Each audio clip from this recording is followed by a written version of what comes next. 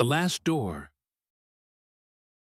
On Loving a King Who Became a Regime, by Elias Winter, March 25, 2026. Read by an automated voice. 1. The Last Door. By the end, they no longer refused me with insult. Insult would at least have conceded that I remained a person of consequence.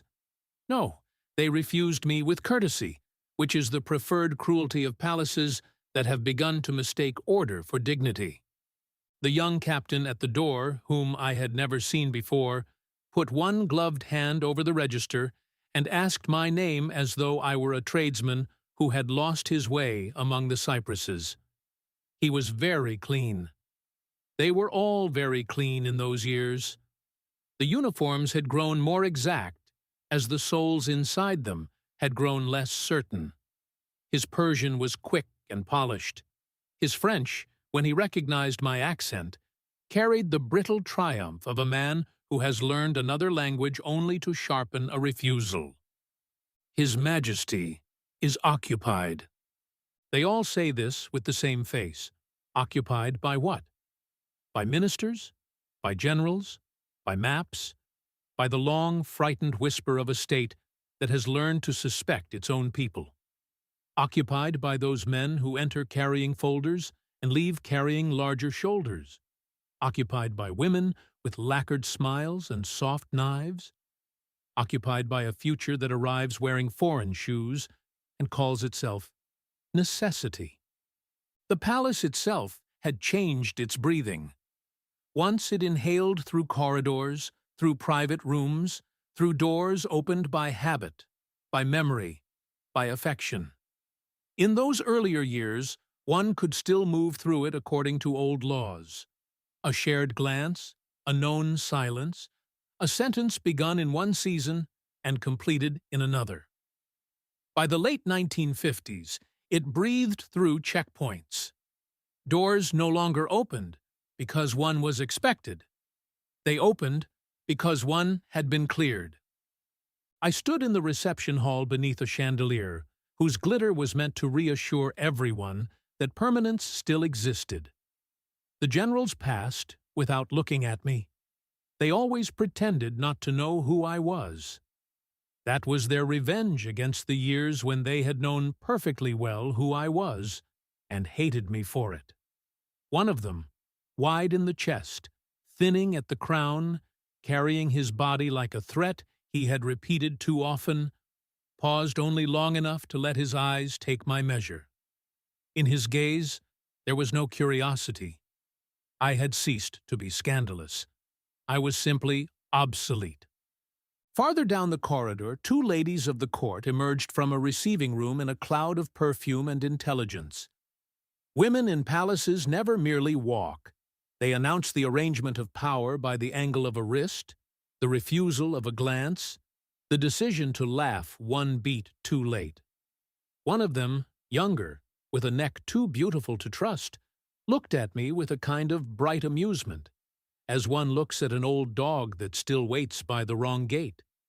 The older one knew better. She turned her face away. She understood that to notice me was to acknowledge an earlier court, a softer court, a court of dangerous informality. Such courts must be erased before the new ones can call themselves modern. I asked whether His Majesty had been told I was there. The captain lowered his gaze in the practiced way of men who wish to avoid lying by allowing the lie to become atmospheric. His Majesty is occupied. Again, the same sentence. A whole state summarized in 4 words. I ought to have left at once. An aging man preserves his dignity only by recognizing the exact minute at which it begins to decay in public. But I remained. One remains in such moments not because one expects to be admitted, but because memory is a foolish servant. It still believes the house remembers its dead. As I waited, I watched the doors at the end of the hall, double doors, walnut dark, guarded not by force, but by procedure.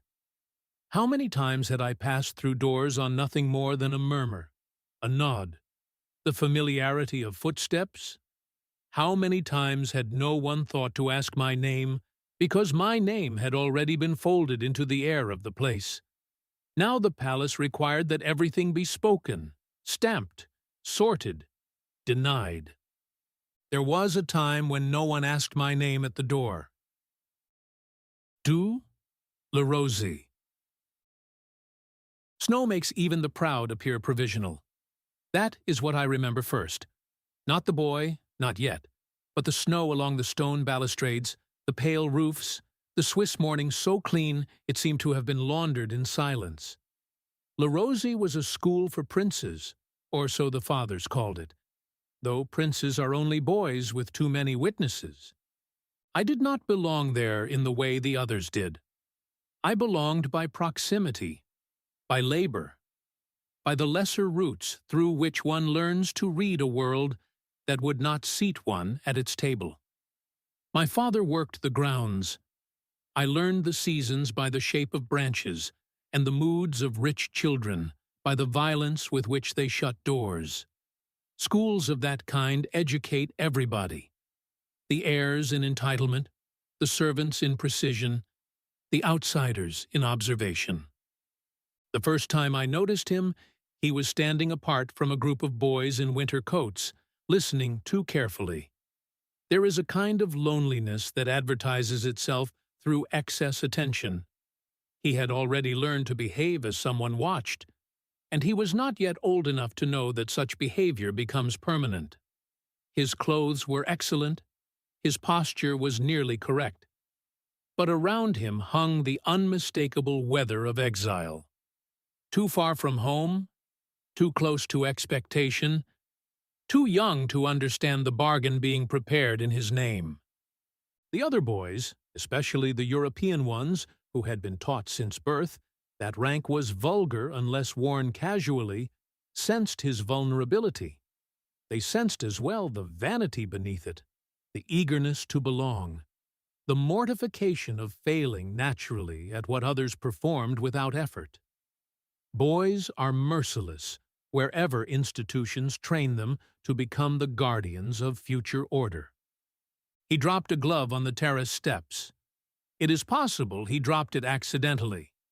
It is equally possible he let it fall because he wanted someone to notice him without requiring him to ask. I picked it up. His hand, when he took it back, was cold enough to seem ceremonial. "Merci," he said. His French was careful. The accent amused some of the others. It did not amuse me. I had already learned that a man's accent is often the truest evidence of what the world has demanded he become before he had time to consent. "You are freezing," I told him. He gave the quick, embarrassed smile of a boy, uncertain whether he is being mocked. "In my country," he said, "it is different." That is what people from important countries say when they are helpless in small climates. "In every country," I replied, "cold remains ambitious." He laughed then, and because he laughed, the whole arrangement shifted. It is astonishing how quickly certain destinies enter by the side door of a trivial remark. Later, I would know his silences, his hesitations, the small gestures by which shame announces itself before words can defend it. But first, there was only the school, the stone hallways, the smell of wax and wool, the chapel where boys practiced reverence as they practiced pronunciation, the dining room full of dynasties chewing under supervision. Switzerland has perfected the art of making hierarchy appear hygienic. He moved through that world as if wearing a costume tailored by anxious men. He was neither robust enough to dominate nor indifferent enough to disappear. He was watched from above and below, by teachers because he was a prince, by boys because he was uncertain, by history because it had already leased him a future. I noticed his hands before I noticed his face properly. Hands reveal what families try to hide. His were delicate but restless, beautiful in the way of things already under discipline. One sensed that his father had not touched him with tenderness, and that the absence had become architectural. When one lives near power in its larval stages, one learns to distinguish between arrogance and fear. Arrogance expands. Fear arranges itself. The boy was arranging himself. 3. The boys who become countries. I do not know at what point an attachment ceases to be incidental and begins to recruit the whole soul. Perhaps it is when another person's humiliation wounds one as though it had occurred on one's own skin. Perhaps it is when one begins to recognize their footsteps before one has heard them. Or perhaps it is simpler than that. Some lives are not entered through reason, but through repetition.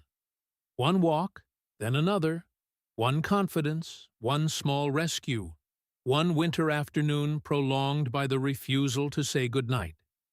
He sought me because with me he did not have to be a crown prince in rehearsal.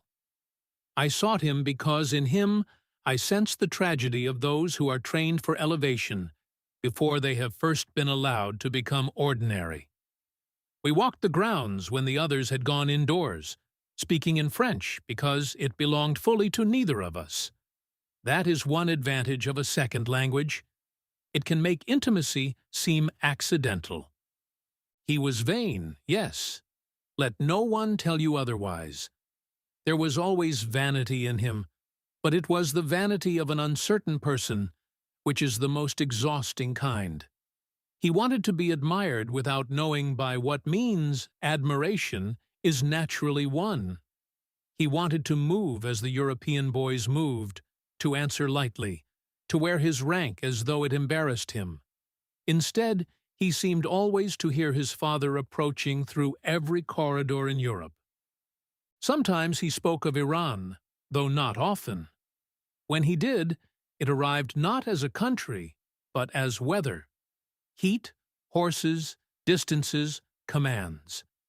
His father occupied those recollections like a mountain occupies a valley, by the mere fact of mass. He did not criticize him directly. Boys destined for obedience seldom do. But now and then a sentence would pause in him, and I would hear beneath it that oldest cry, "He was never gentle with me." Once, after an especially brutal day in which a pair of older students had mocked his manner of speaking, and then, more cruelly, his eagerness to please, I found him in the lower corridor near the laundry rooms where the stone held the cold in a deeper register. He was not crying. Princes learn quickly that tears are a form of evidence, but he was very near it, which is often more naked. "They think I am ridiculous," he said. I answered too quickly. "They think only of themselves." "No," he said, "they think correctly." There are moments when a life opens in a single sentence. He was not afraid merely of ridicule. He was afraid that ridicule was revelation. I took him by the elbow then, not dramatically, not like a heroine in a cheap romance, but as one steadies someone stepping onto uncertain ground. He did not pull away. That was the beginning of many things. Touch, once permitted, writes arguments the mouth will spend years denying. When he was ill one winter with fever, I sat with him longer than propriety advised. The room smelled of medicine and linen, with that faint metallic odor fever gives to the air around a beloved body. He drifted in and out, speaking sometimes in Persian, sometimes in French. Once he reached for my wrist without opening his eyes, as a child reaches for the edge of the known world before sinking again beneath pain. I let him hold on. That is all. History, I have discovered, is often built from moments no larger than a hand refusing to move away. Did I desire him? It would be tedious to pretend otherwise, but desire is too small a word for certain attachments, and too vulgar a word for others. I desired his beauty, yes, though beauty in the young is a dangerous thing to love, because it is still being used as a promise by those around it. I desired also his dependence, which is the more shameful confession. To be needed by one who will one day be untouchable is a temptation almost theological in its corruption. We developed the private habits by which all asymmetrical loves first disguise themselves as friendship: shared books, finished sentences, the right to mock others together, long walks in which silence ceased to be emptiness and became a kind of furnished room. Once, while helping him dress for some school ceremony, I fastened the collar at his throat and felt him go still, not with revulsion, not with invitation, but with the heightened attention of someone who knows that a boundary has been approached and does not wish to know by whom. He became handsome slowly. That is to say, he became aware of being watched and began to collaborate with it. A slight adjustment of chin, a more considered use of pause, an instinct for allowing light to fall where it should. Yet the loneliness remained. It made him, I think, more beautiful than confidence would have. Before he became a country to millions, he was a boy trying not to be laughed at. 4. Tehran, First Light. The first assault was not political, but sensory.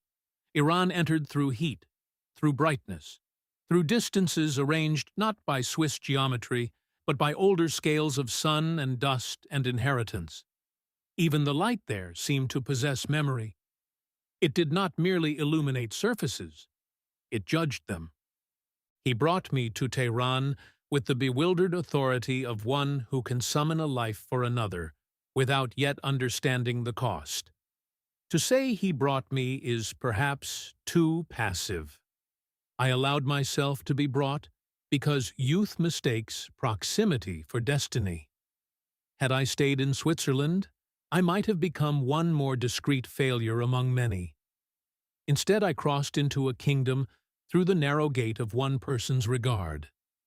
At first it felt almost miraculous. Palaces are designed to intoxicate outsiders. Gardens that deny climate, halls in which footsteps are translated into significance, servants who appear before desire has fully formed itself. Such arrangements persuade a foolish man that he has crossed not into a court, but into an order of reality reserved for the favored. For some months, perhaps longer, I believed that. Yet enchantment and foreignness arrived together. I knew no Persian worth mentioning. What I learned first were tones: amusement, suspicion, resentment. In royal houses, one need not understand a language to grasp one's position within it. My Frenchness gave me utility, my Europeanness a certain borrowed sheen, but my lack of lineage, office, or native rootedness made me impossible to classify except as an appendage. Men can forgive almost any sin before they forgive access without title. He remained my country. That was the weakness from the start. Others belonged to Iran through family, command, bureaucracy, land, blood, old feuds, remembered humiliations. I belonged through one face, turning toward me in a room. Nothing built on such a foundation remains stable once the room fills with history. Still, in those early years, there were hours that justify whole catastrophes. Mornings when he would call for me not because I was necessary, but because habit had not yet been systematized out of his life. Evenings when conversation wandered without agenda. We spoke in French often, not to exclude others, though exclusion always pleases the insecure, but because French had become our climate of first truth. It carried the ghosts of Switzerland into the Persian heat. In it, he could still be the boy before the throne had fully occupied him. The palace staff observed everything. They knew which rooms I entered, how long I remained, whether laughter emerged, whether papers were present, whether voices rose or softened. One old servant, whose loyalty to the house predated all of us, and whose contempt for me was almost honorable in its steadiness, once said to me in broken French, "Too much nearness to kings makes men without fathers." I laughed at him then. Years later, I understood he had offered me the nearest thing to prophecy. The city itself remained mostly elsewhere from me. Tehran beyond the walls was hearsay, glimpsed from cars, from balconies, from the language of men who served and then disappeared into neighborhoods I never entered. This is one of the great corruptions of palace life. It allows a foreigner to live for years inside a country he never actually meets. One inhabits surfaces and mistakes them for knowledge. And yet, there was tenderness. I insist on this because courts later rewrite their own weather. There were still moments then when he was not yet fully arranged into Majesty. A difficult audience ended, and he would remove his gloves with irritation and speak not as sovereign, but as wounded son. A military briefing would exhaust him, and afterward he would want a book, a joke, a memory from school. Sometimes I thought I was preserving in him a corridor through which humanity might continue to reach the throne. At other times I suspected I was merely preserving my own vanity by giving it a noble name. I knew already that others asked, "Who is this man?" The correct answer was unbearable in its simplicity.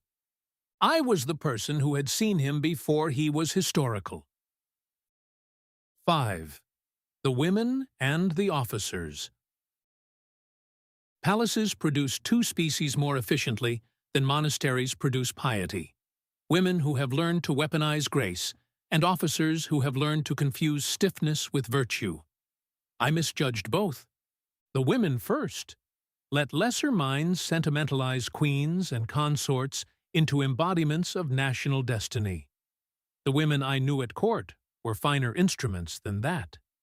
They understood before the men did that intimacy near a throne is never private, only unlicensed.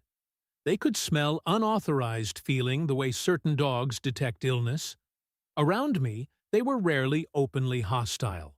Open hostility would have dignified me. No, their skill was more exact. They arranged rooms in which I became decorative, conversations in which I became anecdotal, occasions on which my presence acquired just enough absurdity to be self-punishing. Perfume is the true language of courts. It speaks before words and lingers after verdicts. A woman would enter carrying jasmine or amber or some cold Parisian floral lye, and one knew instantly the political season of the room. There were women who hated me because they believed I occupied emotional territory properly belonging to wives. There were others who hated me because I represented weakness. Still others hated me because they sensed, correctly, that I saw through the theatrical innocence by which they disguised appetite as duty. One of them, clever, raven-haired, with a voice soft enough to conceal iron filings, once asked me whether Switzerland had taught me all my loyalties or only the more interesting ones. She smiled as she said it, and the men around her smiled too, relieved that a woman had spoken what they lacked the style to imply. I replied that Europe had at least taught me the difference between devotion and strategy. This was witty enough to survive the hour and foolish enough to cost me years. The officers were simpler and therefore more dangerous. They believed in rank because rank allowed mediocrity to inhabit structure and call itself civilization. Boots, files, briefings, salutes. These relieved them of the burden of inward complexity. They knew exactly what offended them about me, though they would not have put it elegantly. I possessed no command, no family, no title, no martial competence, no visible usefulness, that they recognized as masculine.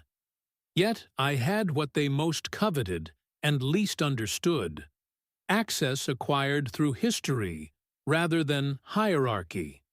They called me effeminate with their eyes, long before they ever trusted themselves to do so with words. The body is a text authoritarian men think they can read infallibly. A voice too inflected, a hand too deliberate, an aversion to brutality, an interest in books. They gather these signs the way theologians gather heresies. To men made secure by institutions, any masculinity not forged through command appears suspect. They did not merely think me weak, they thought me illegible. They were not entirely wrong. I had no place in the currencies by which the court increasingly measured value. I could not produce heirs. I could not lead divisions. I could not anchor a faction. I could not claim old Persian blood or new technocratic efficiency. I could only remember. And memory, near power, is either sanctified as myth or condemned as interference. What made them truly dangerous was not their contempt, but their coherence. Women at court fought one another with exquisite ferocity, but the officers fought history itself. They wanted a palace in which every relation could be named, every route of influence mapped, every affection subordinated to procedure. They understood instinctively that I represented a surviving irregularity, an intimacy not granted by office, a presence older than their promotions, a witness to versions of the king before the state had fully professionalized its embrace around him. So they whispered. Of course they whispered. Some said I meddled in politics. Others that I trafficked in spiritual nonsense. Others that I was a foreign parasite living off sentiment. The coarser among them suggested what men like that always suggest when faced with attachment they cannot classify. Let them. The accusation mattered less than the function. Such rumors are never about truth. They are mechanisms for converting unease into policy. I do not claim innocence. I was jealous, watchful, manipulative in the small, desperate ways of dependent men. I monitored the moods of rooms. I noticed whose carriage waited longest in the drive, which aide had begun speaking too softly, which lady had been seen too often in the library, which general left with both papers and satisfaction. But my vice was attachment. Theirs was system. In the end, system always wins. 6. A king becomes a regime. People speak of coups as if they alter only governments. This is childish. A coup alters posture, vocabulary, breathing, architecture, the quantity of silence required in a room before someone dares begin a sentence. Most of all, it alters access. After 1953, the palace ceased gradually to be a residence with politics and became a machine with chandeliers. I do not mean that warmth vanished overnight. Human beings are not transformed so efficiently, not even by fear. But the terms of nearness changed. Every path toward him acquired an escort. Every conversation acquired an implicit audience. Every old habit had to present its papers. He had nearly lost everything. That is the truth from which all later protocols descend. Men who have once fled a capital never again hear footsteps with innocence. Those who imagine the restoration of a throne restores its former soul have understood nothing. A restored order is a wounded order. It must seal itself or die. So the generals multiplied. The ministers thickened. The intelligence men, who always look as if they have been constructed from a shortage of sleep and an excess of certainty, began to occupy the interstices between people. Reports proliferated. Timetables hardened. The very air seemed to fill with carbon copies. He changed, yes, but not in the vulgar sense. He did not suddenly become another man. Rather, parts of him were recruited more heavily than before. The boy who had once lingered, listened, sought reassurance, asked a second question after the official one. This boy was not murdered. He was surrounded. That is a more modern form of killing. I noticed it first in durations. Meetings shortened. Informal talks became appointments. Appointments became opportunities granted between obligations. His laughter survived longer than spontaneity did. But even laughter grew curated, arriving now with a slight delay, as if awaiting clearance. The private hours, once gathered almost accidentally from the neglected corners of a day, became rare and then structurally improbable. He had wanted strength. Of that, I am sure. He had always wanted to inhabit authority as naturally as others accused him of failing to do. The experience of near loss did not plant that desire in him. It weaponized it. At last he found himself in a position where the state would assist his self-construction. It would build around him the very architecture his uncertainty had long desired. Deference, information, insulation, confirmation, the elimination of improvisational humiliations. What insecure man would not be tempted by such gifts? But no one receives these gifts freely. The state that protects a monarch from vulnerability also protects him from unscripted human relation. Fear reorganizes the monarchy from within. The king remains in place, but increasingly as the sacred center of procedures designed to prevent surprise. Soon everyone near him begins to treat access not as memory, but as clearance. This is how a sovereign stops belonging even to his own past. There were still moments, always fewer, when he seemed to emerge from the machinery and become briefly available to old weather. A phrase in French, a remembered classmate, a complaint, almost boyish, about the pomp of some dreadful occasion. Yet even in these moments, one felt the encroaching bureaucracy of self. He was not only protected by the regime, he was being interpreted to himself by it. He began to inhabit the version of strength it found legible. Monarchies do not die only when crowns fall. They die when access becomes administrative. What the officers wanted, and what history after the coup increasingly required, was not merely order. It was the sterilization of all routes toward the throne that had not been built by the state itself. They could tolerate family because family produces dynastic grammar. They could tolerate official advisors because offices can be documented. They could tolerate ceremonial women because ceremony is a public form of possession. What they could not tolerate was residue. A man from before the machine, a friend whose claim arose not from rank, but from witness. I do not mean that he betrayed me in some melodramatic manner. Betrayal is too intimate a word. It requires a scene, a choice, a deliberate act. What happened was worse, because it was historical. He became less available to every relation not mediated by power. And in that reduction, my place became first awkward, then uncertain, then embarrassing. The king did not turn from me so much as disappear behind his own survival. 7. The country I never entered. Toward the end, I began to understand that my tragedy had never consisted solely in loving a man who belonged increasingly to the state. It consisted also in living for years inside a country I had never truly entered. I knew the texture of palace draperies better than I knew the speech of the bazaar. I could recognize from a corridor the perfumes announcing a diplomatic luncheon, yet could not have bought bread without assistance in neighborhoods not shaded by state power. The city I inhabited was made of drives, compounds, anterooms, imported fabrics, guarded lawns, the half-knowledge one acquires by overhearing governance from the margins. This is not a country. It is a membrane stretched between those who think they rule and those who service the illusion.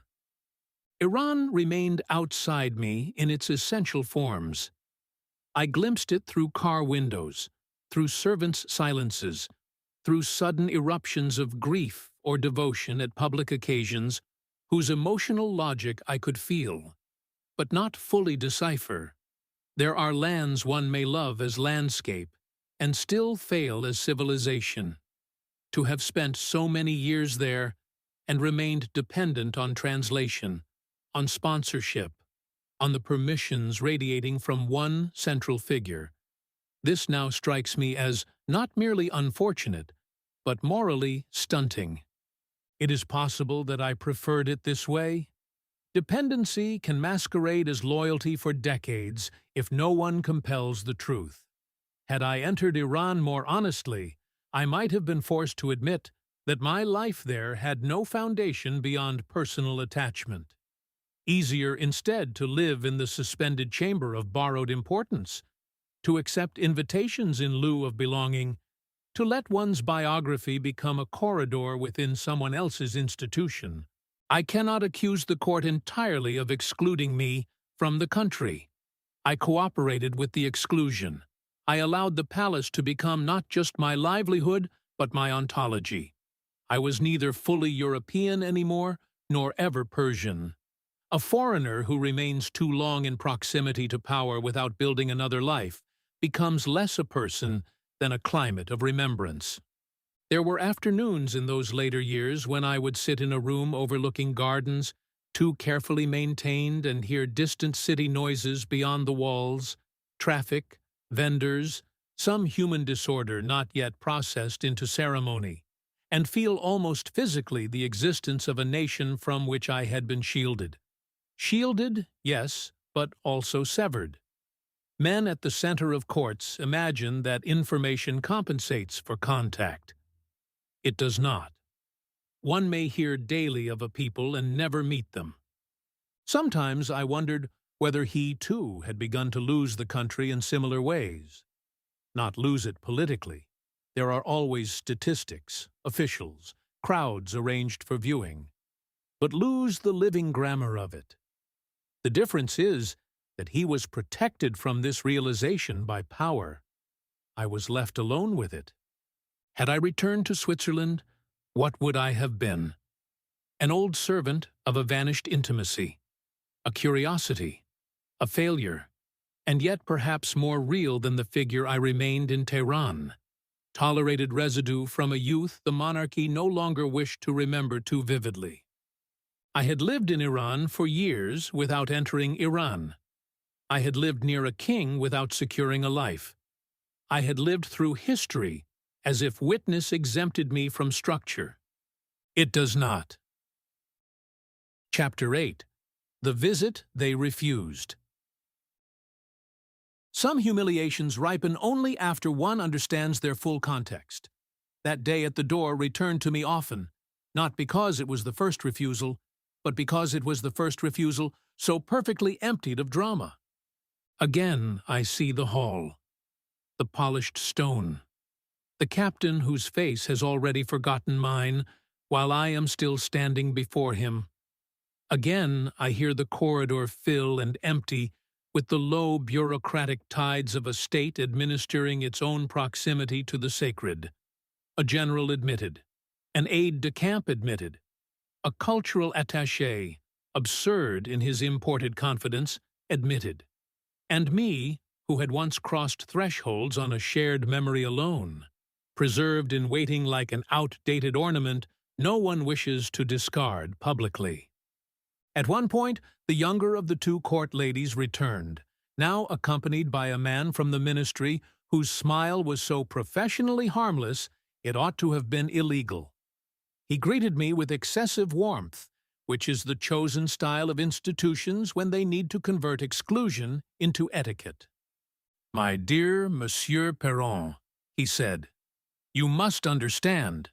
The schedule is impossible." Schedules are always impossible at the exact moment memory becomes inconvenient. I said, "His Majesty knows I am here?" The ministry man let the silence answer. which is the civilized method of making another person complicit in their own disappearance. Near the far wall hung a portrait of the Shah, magnificent in that official manner which combines military cut with almost ecclesiastical self-regard. I looked from the portrait to the doors and thought, not without cruelty. The image enters where the witness waits outside. This is the essence of modern monarchy. Representation is admitted. Memory is screened. I sat at last because standing too long in such spaces begins to look like pleading. Seated, one can at least pretend contemplation. An elderly servant brought tea, not one of the old ones. A new man, trained in the cleanliness of depersonalized service. He set the tray down without meeting my eyes. To him, I was only one more obsolete relation the palace had not yet found a discreet method of erasing. As I waited, I listened to the palace speaking its new language. Telephones, shoes striking certainty into floors, the muffled opening and closing of doors governed by interior staff charts. Not a house, a circulation system. Somewhere beyond those doors he moved between men who called caution realism, force stability, insulation modernization. Perhaps he believed them. Perhaps he needed to. There comes a stage in power when one must outsource spontaneity to preserve authority. No one ever said I could not see him again. That would have preserved too much clarity. Instead, the court learned the superior technique, to leave the possibility theoretically alive while making each attempt exhaust itself in procedure. A direct ban creates martyrs. Administrative delay creates shadows. After an hour or two, humiliation alters one's mathematics. The captain returned and informed me with fresh politeness that His Majesty regretted he would be unable to receive visitors that afternoon. Visitors! I nearly laughed. There, in one word, lay the whole revolution within the palace. I had become a visitor in the history I had once inhabited. As I rose, I caught my reflection in the glass of a cabinet, older than I had consented to become, impeccably dressed, as if care could still negotiate with irrelevance. Behind me, the corridor extended, beautiful and emptied of all permission. I was not being denied by a man. I was being denied by a system that had replaced memory with management. 9. What I was to him. This is the question to which scandal offers the stupidest answer and sentimentality the most dishonest one. What was I to him? A friend, certainly, though friendship is too republican a word for the arrangements of courts.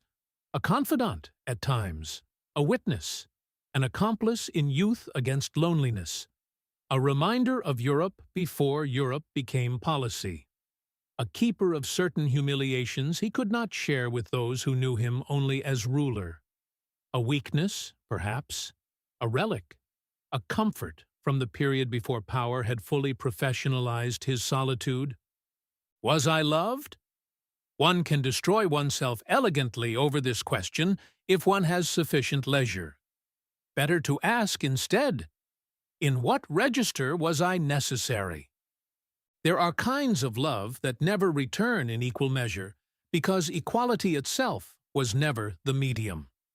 I loved him with the particular intensity available to the marginal person who has been permitted an unauthorized nearness to destiny.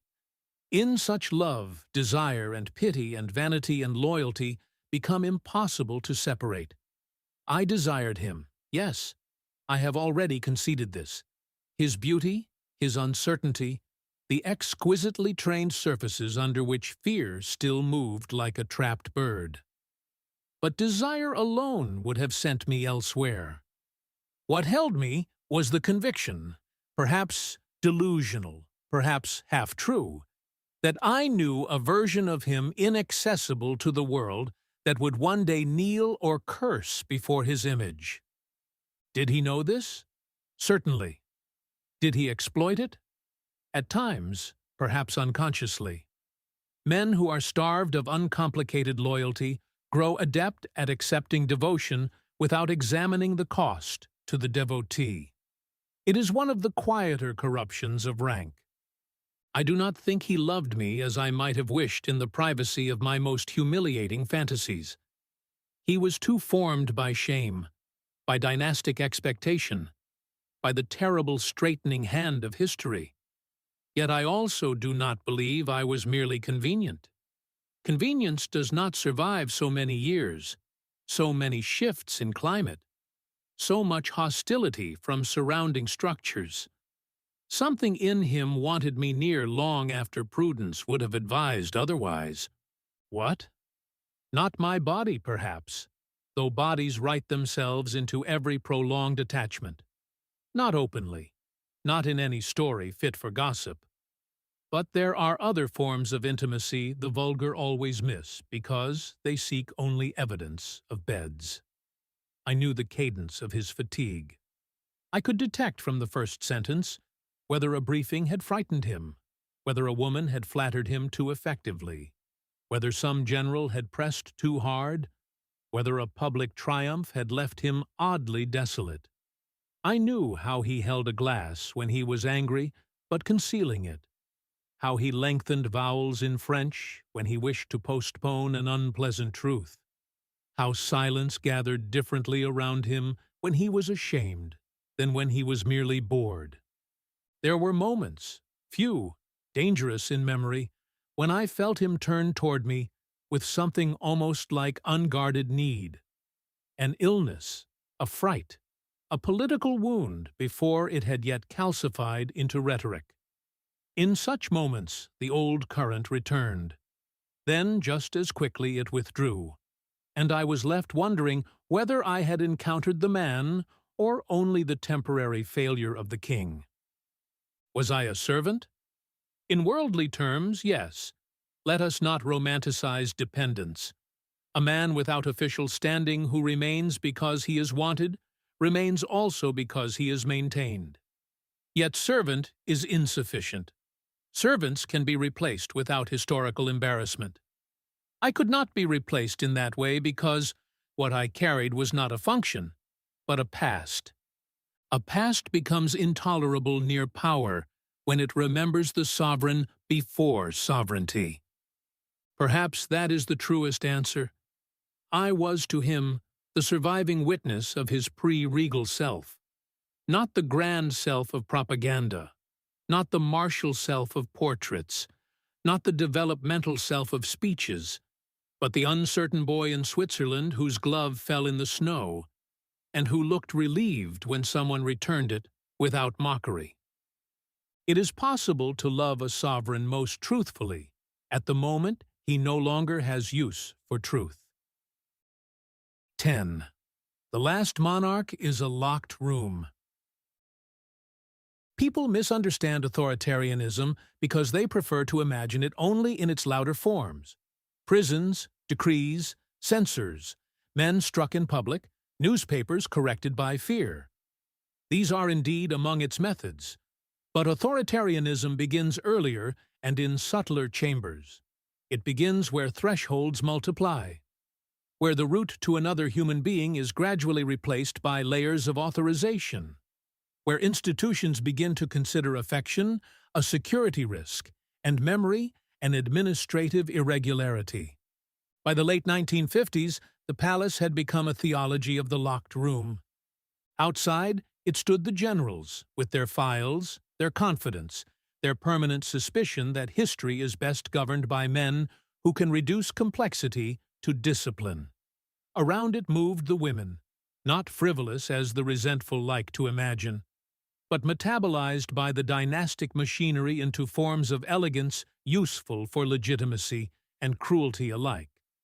Through its walls flowed invisible foreign architectures, advice, expectation, strategy, the deep modern superstition that a state can compensate for moral fracture through technical competence and force.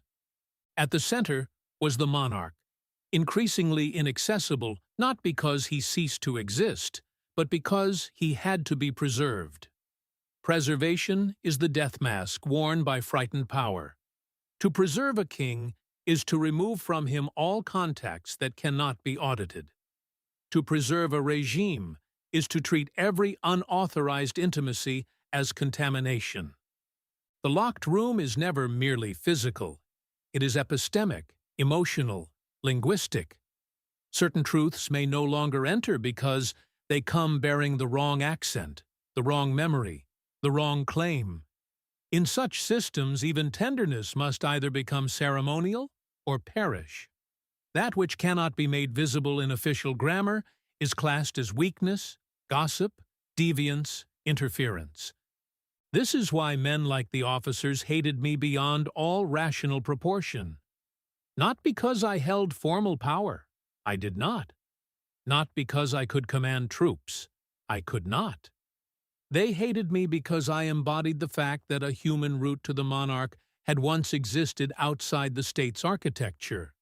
I was evidence that the throne had once been touchable, by means other than protocol. Such evidence is intolerable once fear has built its ministry around the heart of rule. The women understood this too, though differently. They saw that I represented not merely a rival attachment, but a challenge to legibility. Wives, mothers of heirs, ceremonial companions, cultivated emblems of national elegance, these are all roles a monarchy can display and therefore manage. But a man from a prince's youth, foreign, unnecessary, privately trusted, impossible to classify except through innuendo? Such a figure invites the one thing authoritarian courts cannot endure: unlicensed interpretation. What is monarchy at its most frightened? A locked room mistaken for sovereignty. I do not write this as accusation alone. There is pity in it also, for the sovereign himself becomes prisoner of the systems erected in his defense. He may move armies, sign decrees, summon ministers, but he can no longer easily recover the old unscripted encounters by which the self is revised in ordinary human relation. Every face near him has become contextualized by function. Every conversation bears the weight of consequence. At that point, even memory must knock. And history, which cares little for chandeliers, waits outside, smiling. 11. Before the door closed. What remains now is not scandal, not grievance, not even certainty. It is an image. Snow against the windows at La Rosie. Evening. The corridor quiet at last, the school having exhausted itself in hierarchy for the day. He is younger than all the portraits remember him. No medals, no sash, no men in waiting rooms converting fear into procedure. Only a boy seated at the edge of a narrow bed, one hand at the collar he cannot quite fasten because his fingers are numb from cold or clumsiness, or that inward tremor he tried so hard to conceal. I step behind him. He does not turn. I take the fabric lightly between my fingers and close the collar at his throat. He says nothing. Neither do I. Beyond the glass, the snow continues falling over Switzerland with its old indifference to empires. In that silence, there is not yet a regime, not yet a coup, not yet a court hardening around wounded legitimacy, not yet the women with their perfumes and knives, not yet the generals with their immaculate refusals, not yet the polished hall in Tehran where I would one day become a visitor to my own history. Only the boy, only the small trust of allowing another person's hands near one's neck, only the unguarded second before power learns to fear every route by which it might still be reached. History will keep the crown, the ceremonies, the speeches, the portraits arranged under perfect light. Let it. It has always preferred the official costume to the private shiver beneath it. But I remember the boy before the doors learned to close. Elias Winter, author of Language Matters, a space for reflection on language, power, and decline. Thanks for reading Language Matters. Subscribe for free to receive new posts and support my work.